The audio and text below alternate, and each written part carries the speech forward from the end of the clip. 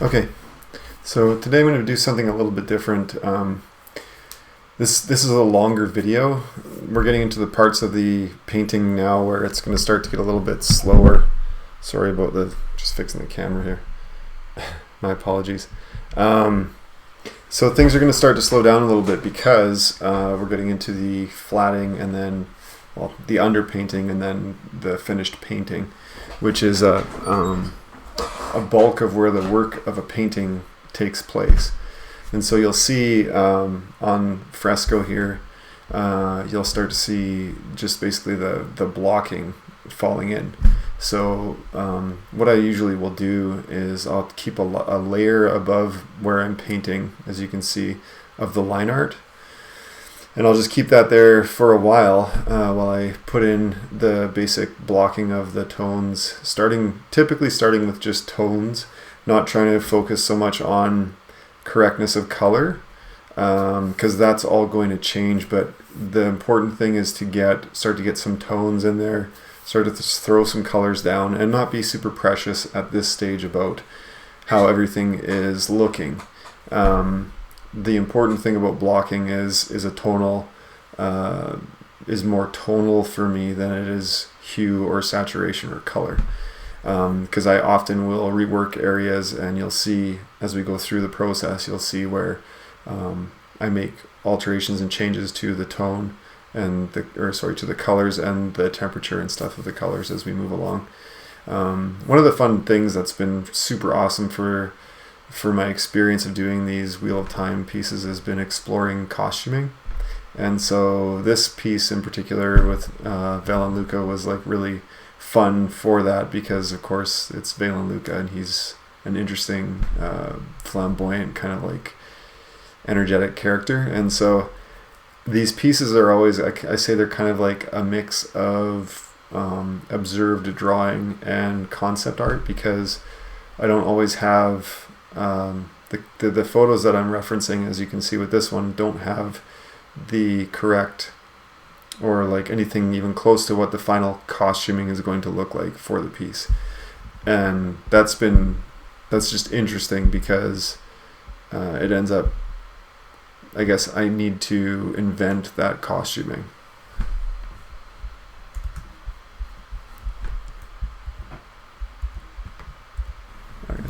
Okay, so sorry.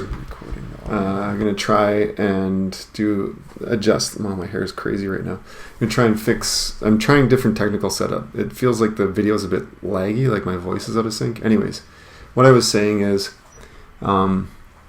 designing the character costumes has been a lot of fun for me. It's like a nice sort of opportunity for some concept art, playing around with some of my visions of what I think the character and costuming would look like.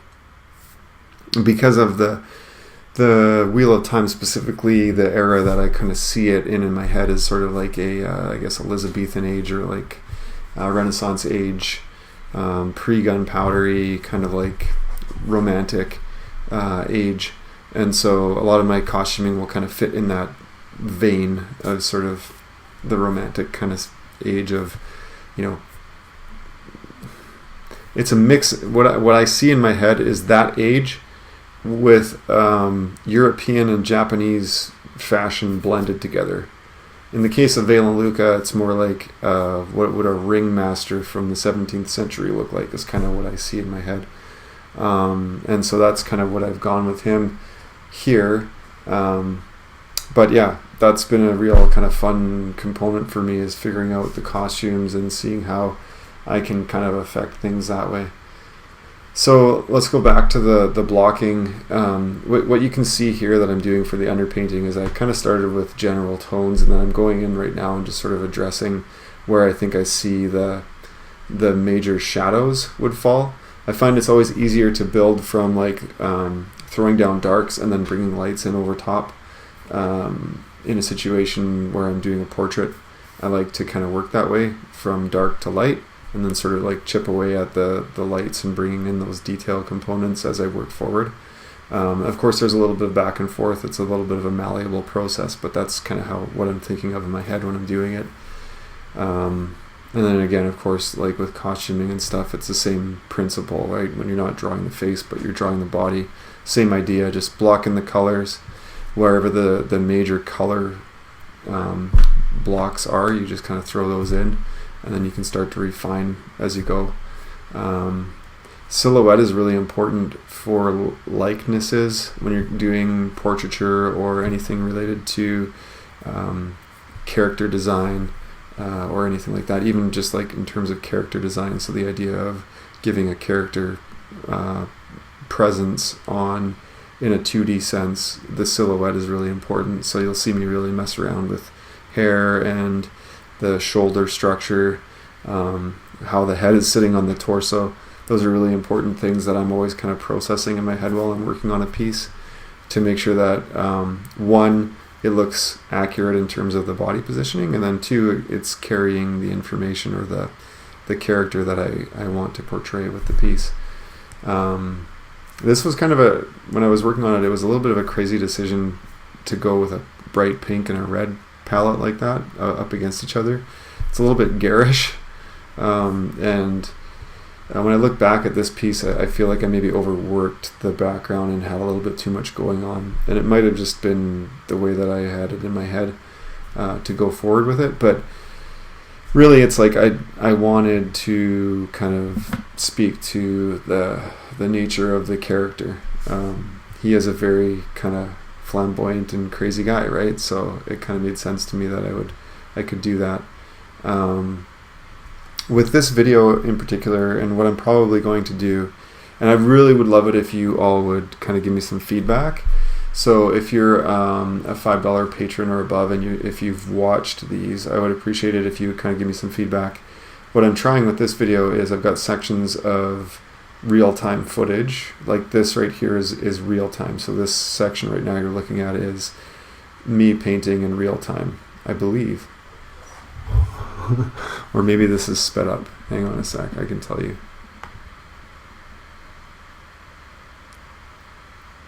Can I do it without breaking the video? Speed duration. Oh no, this is sped up. So this section is actually it's 50% faster.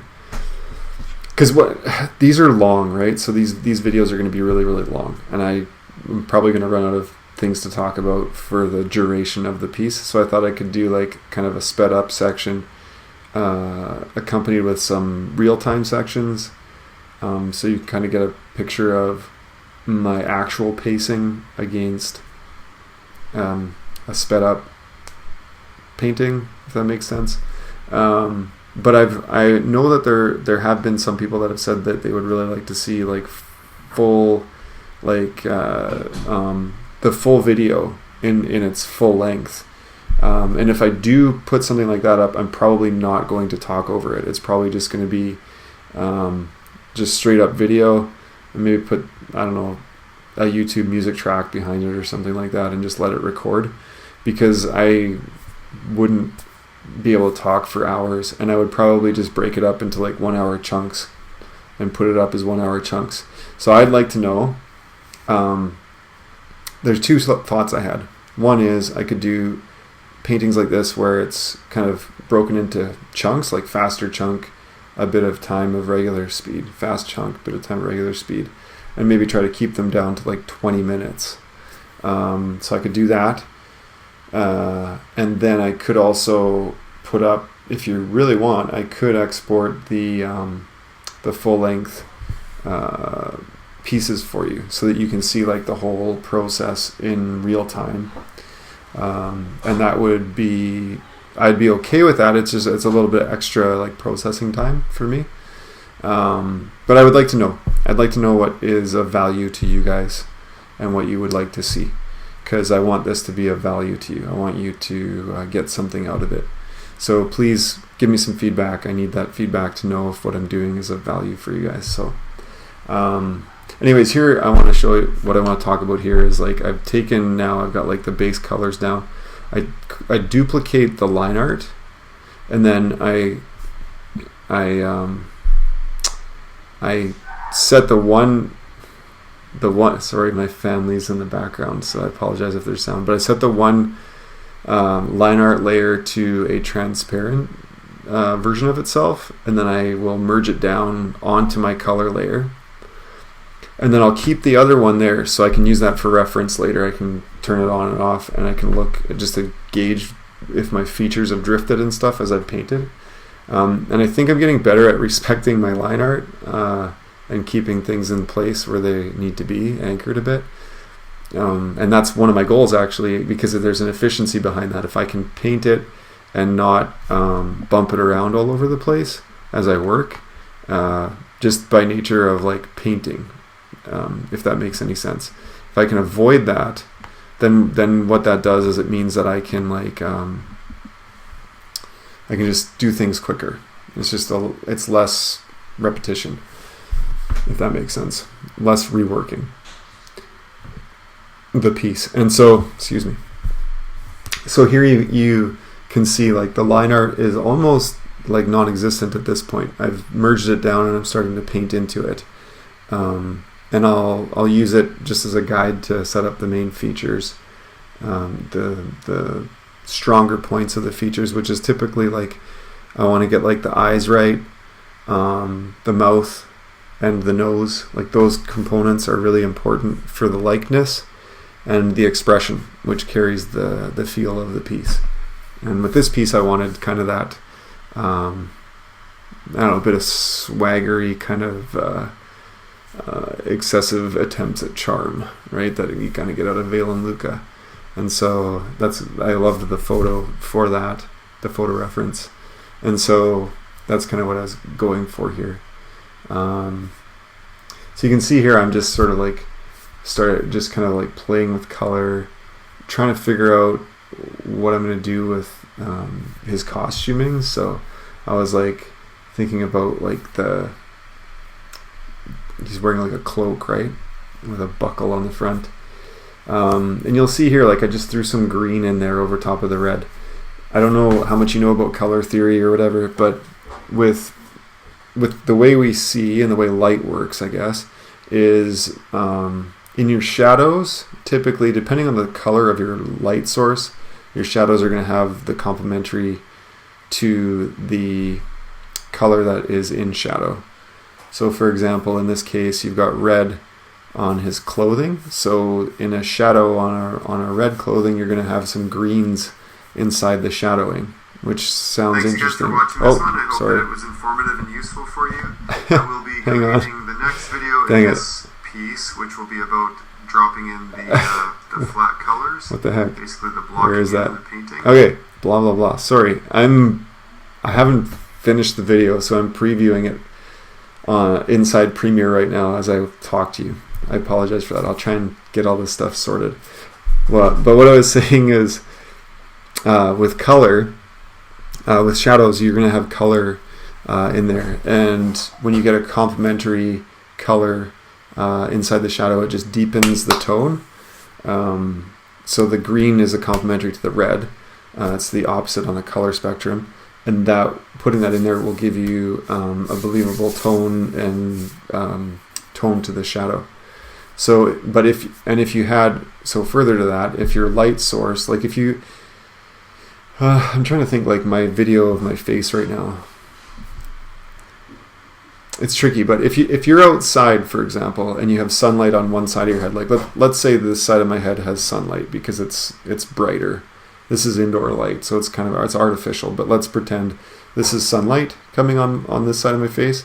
This is going to be a warmer tone and hue on this side of my body, which it kind of is because I've got like warm incandescent bulbs, so it's similar kind of lighting to what the sun kicks out. It's like this warm light, so it casts this warm light on my face and on my clothes. You can see there's kind of like pinks and warm colors in my shirt here. This side of my face looks pretty green right now.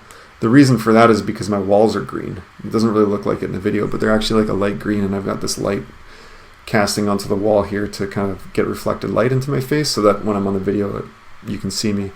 But this warm color from here and this green color, so as I get shadows, so I guess this side of my face is shadowed, which is kind of weird because I got light coming there, but it's kind of behind me. But in the shadows here, it's quite red. You can see this. There's this warmth in here, right? And that's red versus the green that's coming from this side of the lighting, right? So there's that red and green contrast, like I was talking about on my face. In this painting, Ryan Reynolds, the photo of him, he's being lit by natural lighting, I would assume, because he's by the windows, although they could have done it with artificial lighting. Photographers do that kind of stuff all the time, but it feels natural to me. So in any case, if it's not natural lighting, they did something to mimic natural lighting, which would be a warm hue. And then you've got sort of like the shadows on his face. Like if you look at the bridge of his nose, just on the other side, the dark side of his nose, it almost looks like a dark, warm purple. And that's probably because the lighting coming through the window is like a yellow. Right, so yellow and purple are opposites, and so at different times of the day, depending on the lighting, this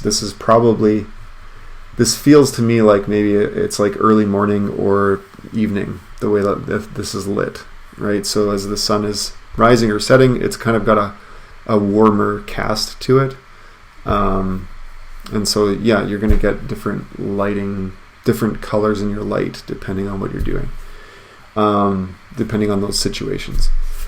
So these are all the things that you're kind of like trying to process as you're painting something like this, is, trying to evaluate that stuff. That's why like sometimes it's nice to do a black and white painting, because you don't have to wrestle with color. You're just wrestling with tone instead of tone and chroma and temperature and hue and all that stuff, right? As simple as a face is, it's complicated. It's a complicated process to I guess to work through. And so anyway, so what you can see here on screen, or as I've been talking through this little past 5 minutes or whatever here, this is real time. So this part of the footage is actually real time, I think. Oh my gosh. Yes, it is. I was right. Okay. So it's actual real-time footage right now. So this is what you're watching is what speed I paint at. So you can kind of see the brush strokes going down. So Fresco is interesting because it really blends well. The brushes feel they feel like natural medium. This really feels like what I would imagine. I've never actually worked in oil paints, full confession. I usually work in acrylics. But this program, it feels to me like what it would be like to work in oil paint. So you can see every now and then I'm like grabbing color, I'm sampling the color. So now it's back up to 150 speed. 50 speed, 50% faster, 50 speed. But so you can see like every now and then there's a little ring that pops up on the interface. I hold my finger down and just move around on Fresco, similar to Procreate, and it'll give you an eyedropper tool where you can select a color out, and then you can use that color for your paint. So right now, like through the process of this piece, at this stage, it's starting to get to the point where I'm starting to look at the features. So I started off with blocking in like the general shapes, right? The big shadows, the big areas of lightness, kind of the general color of like his beard, which is kind of like a gray blue, reddish on the one side a little bit, but just blocking it. And then from there, it's the same thing but in a smaller area. So I might take like his eye, which you could see I was working on his left eye there, and starting to do the same thing, blocking in the bigger the main shapes of that area, the big shapes of that small area. And that's all that painting is. All that painting is really is like the process of slowly, going from the general to the specific. And you do that by sort of like building layers, right? It's like you start with the big flat area, and then you put something smaller down, and then you put something smaller down, then you put something smaller down, you put something smaller down, and you're just slowly kind of building up those surfaces to create the illusion on the 2D plane of a 3D representation. That's the the basic principle of what painting is, right? So sometimes it helps me to kind of keep that in my head, because I get lost sometimes too in like the process, and I get kind of bogged down with like wrestling with colors or like folds, and sometimes it's hard for my brain to hang on to what I'm interpreting visually and then applying it to the painting. It can get lost in translation sometimes. It's similar to, I don't know, what would I use as an analogy to that part of the process. There's like this sort of disconnect at times between what my brain is seeing and how it's like filtering it and then putting it down on paper. So it's like it gets a little bit discombobulated, I guess, which is probably similar. Maybe if you're a musician, I've done a little bit of guitar and stuff in my day, and it's kind of a similar thing as like you're trying to play a chord or a progression of notes, and it's like your brain knows like this is what my body should be doing. It should be going da da da da da da da da, but there's like this disconnect between the movement of the fingers, the amount of pressure that you're applying to the strings, the rhythm of the strumming or whatever, and it's hard to get it right. You know what I mean? And that is all like, to get it to a place where that comes naturally and is a lot more smooth. It's all practice, right? It's just time. It's all time in. So it's the same thing with painting. And that's why I'm like doing this 100 portrait challenge this year, is because I really want to grow. I want to get better. I want to get to a place where I feel more confident and more efficient, and everything just will hopefully flow better. So that's why like these pieces, every one of these pieces, and every time I'm like wrestling with these, you know, what do I do with this area of the face? What do I do with that area? What color is this? What tone is this? How do I go from the general to the specific? Every time I do that, it's like repetition. It's like reps, right? So it's like practicing scales on a guitar, or working out and doing reps with like lifting weights. Every one of those reps gets me stronger, gets me closer to my goal. And that's what you got to do. Like if you want to improve your skill, you can do studies like this, and you could literally do, 100 studies to this degree, right? To this state that I've got this piece in right now that you're looking at, and just, it's done, on to the next one. And then just keep doing that, like 45 minutes, 1 hour studies, and don't really worry about completing them, because there's so much learning that's gone on through the process of this video, of this painting to this point. There's so much processing the composition, the structure of the face with the drawing, and then correcting that, then looking at like the major areas of tone and color, blocking that stuff in. All that stuff is like, those are essential components to understanding the process of painting, right? And the process of doing a portrait.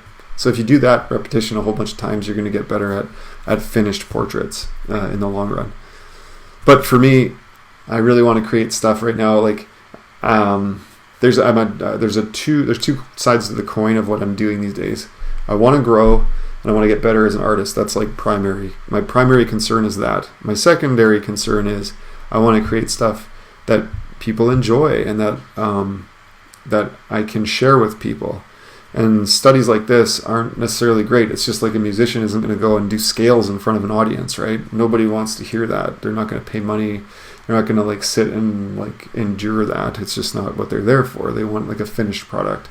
And so that's why this process for me is a double-edged thing.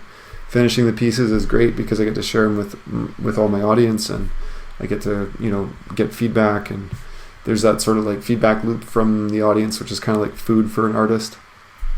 And so that's like an essential part of this process for me. Plus I love people, and it's just really great to kind of share the work and have building a community and making some friends basically online, which has been really, really cool. So yeah, and then hopefully, sharing experiences like this will inform some people's process, and then they can get better at their craft too. It's all about getting better and improving and growing. So you can start to see now, like if you look at the painting, there's starting to be more structure showing up there because I'm going to more of the specifics, right? So if you look at the right side of his face right now, kind of like my face, right? I've got this bright side here, and then I've got this darker side. So the darker side of his face, you can start to see there's like general area. The general areas are now starting to become specific, where like there's that triangle under his eye that's lighter. There's that part beside his nose that's a bit lighter. There's the side of his face where the reflected light from the inside of the space that he's in is bouncing off of the light's coming in the window, hitting the wall behind him, and then bouncing back, creating this area of light on the dark side of his face, which is what creates the volume of the shape, right? It creates that illusion of volume. And that you can see like already that like without this being a finished piece, but you can start to see those things coming together. The structure is starting to look more believable, right? And like believability is really what if you're doing realism like I'm doing, that's what you're striving for, is believability in what you're putting down on the painting. There's an interesting, I don't know if you've all experienced this, but there's an interesting sort of like thing that happens with paintings like this that are realistic, is that the more photorealistic it is, the more it looks like a photograph or something. Sometimes people will respond to it and be like, oh my gosh, that's incredible, it looks just like a photograph. And that like that's not really what I want. And you'll notice with my work, that's not really what I go for. I put a lot of color and a lot of texture really into my work. Like there's a lot of I want a lot of like density to stuff. And I find sometimes like I don't want to get like overly rendery. So I don't want to get in there and like super render out everything so it's all really smooth and like the transitions are like very, very smooth and like photo-ish. I want to keep a little bit of the brush work in there because I feel like that's where the character is. And it's like in the first video I talked about Gergory Manchess. It's all about mark making, right? I love the way that he makes marks on canvas, and I really think that like those marks are sort of like the artist's voice, right? And so if you kind of knock all those out, you kind of lose that. And I really want to keep that in my pieces. That's one of the things that I'm striving for, is like that, skirting that line between like photorealism and realism and abstract expressionism, right? So it'd be realistic expressionism in a way, where I really want the brushworks and the color and everything to like sing. Like I want it to sing, right? I want it to be like something that's pleasing to the eye, that draws you in, and as there's like the bouncing of colors and stuff will create like this warmth and energy that you can kind of absorb. But at the same time, it needs to be believable. So those combinations of colors and layering and stuff that I'm doing need to fool your eye enough that you believe what you're seeing, right? That, oh yeah, that is a face, and that's a cloak, and this is maybe the lighting situation that he's in, this is where he's at, or whatever. So those are some of the considerations that are going through in my mind when I'm working on these pieces. Not everybody will have those same considerations, but that's something that's like my like mantra with these types of pieces and the stuff that I've been doing, right? I know there's a lot of artists out there that get like very rendered and very polished with stuff. I just don't think that that's me. I've tried that before, but I don't know. I tend to lean towards stuff that's a little bit more abstract, a little looser. And I just think that I need to lean into that because it's really like the way that I feel, like the way that I like to work. So we're kind of coming up to like sort of nearing the end of this section of the process. One of the things that happened, and I'm not sure if it's going to show up at the end of this part here, but one of the things that happened was I kind of wanted to change his facial hair because I just felt like it wasn't working for me in the context of stuff. So I kind of ended up inventing a little bit of funkiness to his facial hair, just to make it feel what I picture in my head as more Valan Luca-ish. That kind of ringmaster, idea. One of the other things I wanted to say is like this video, so the footage that you're seeing, I've kind of got it zoomed in a little bit because I want you to be able to see the brush strokes and stuff. But I'm curious, like, and so you can kind of see on the top of the video, there's like a little bit of the interface is cut off. And it's just the menu bars and stuff that are sort of cut off. I don't know how important or if there's value that we're losing there by me doing that, but you can let me know if you think you'd like to see it kind of zoomed out, it would end up having a bit of a letterbox view. And what I might do is just shove the video to the side and put my face on there bigger. I would have more room for that. If we were going to do it that way, and then you could see the whole interface. The painting would be a little bit smaller on the video, but that is an option. So anyways,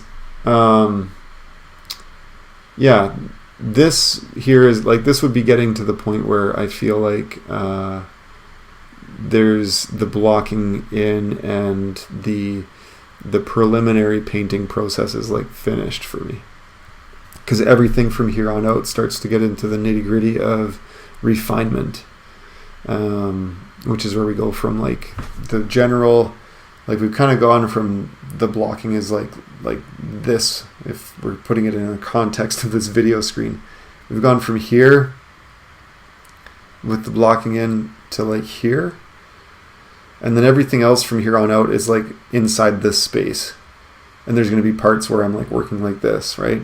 I'm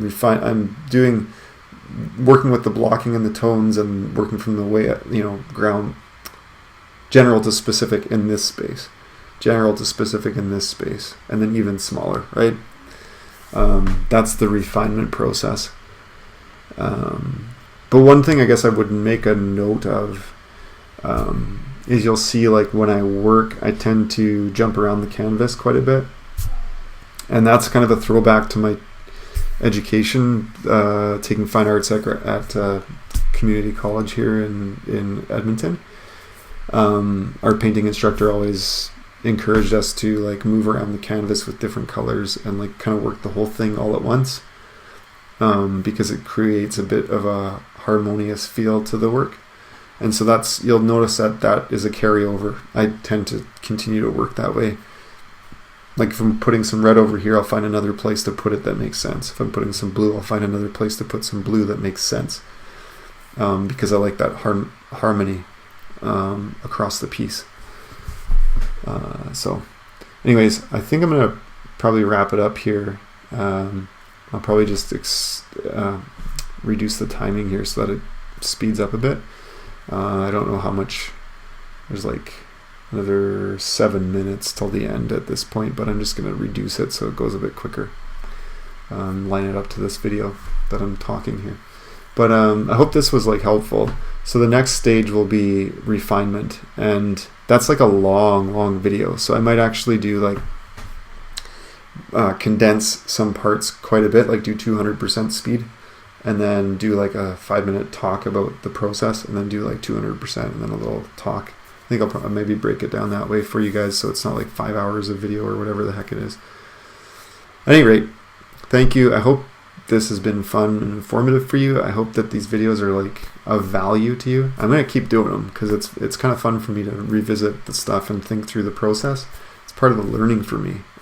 So it's as much a benefit to me really as it is, I hope, to you guys. So anyways, that's where we'll cut it off. So until next time, and I'll catch you on the flip side.